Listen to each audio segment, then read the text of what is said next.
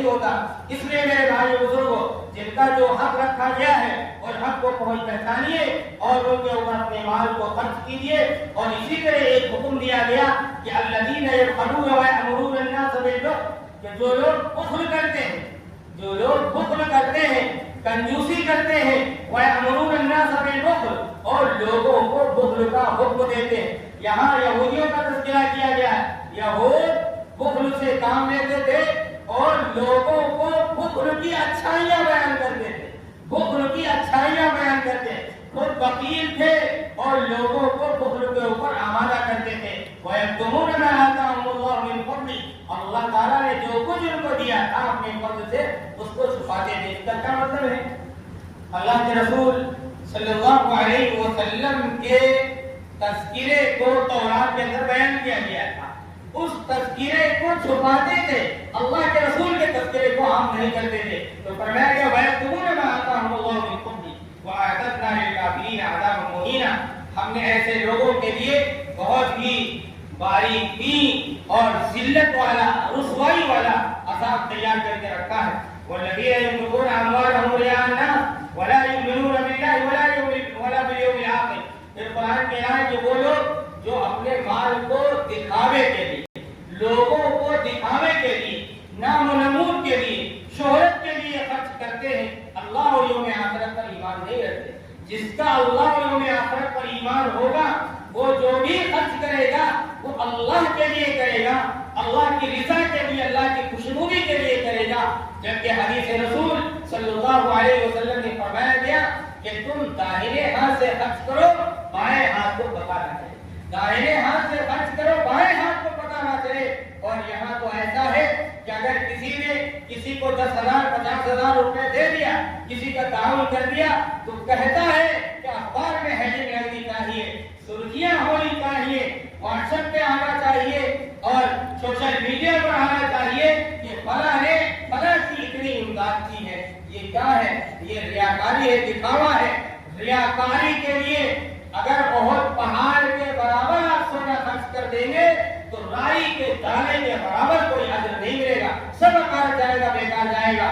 اور اگر اللہ کی رضا کے لیے آپ نے ایک پیسہ، ایک رتی نقیر کہا گیا ہے، ایک رتی رائی کے دانے کے برابر اللہ کے لیے آپ خرچ کریں گے تو ثواب ایسا دیکھیں گے. قرآن کہتا ہے یضاعفھا، اللہ تعالیٰ ایسا اضافہ فرمائے گا من لدن اجر عظیما، کہ اجر عظیم کی طرف سے عطا فرمائے گا، انسان کے خواب و خیال میں نہیں ہوگا. اسی لیے جناب محمد رسول اللہ صلی اللہ علیہ وسلم نے فرمایا تھا انفق تنفق علیک، انفق تنفق علیک، اے لوگوں خرچ کرو.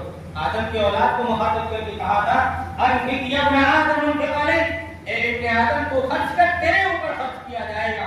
جب بھی انسان اللہ کے لیے خرچ کرے گا اللہ اس کے اندر اضافہ کرے گا.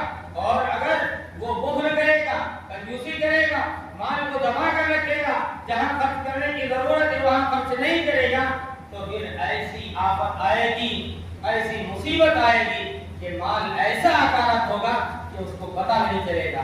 اور اس کی مثال آپ یوں سمجھیے کہ جو لوگ بخل سے، کنجوسی سے کام لیتے ہیں، مال کو دبا کر رکھتے ہیں، اس سے بڑی محبت کرتے ہیں، اس کے بارے میں فرمایا گیا کہ خدا نہ کرے، خدا نہ کرے کہ کوئی ایسی بڑی بیماری میں اس کو ملوث کر دے کہ جو کچھ رکھے ہوئے تھا سب طرف. آج اگر کسی کو کینسر ہو جائے یا ہارٹ کی بیماری ہو جائے یا کوئی بڑی بیماری ہو جائے تو کتنا پیسہ خرچ ہوتا ہے؟ 10-20 لاکھ روپے چلے جاتے ہیں.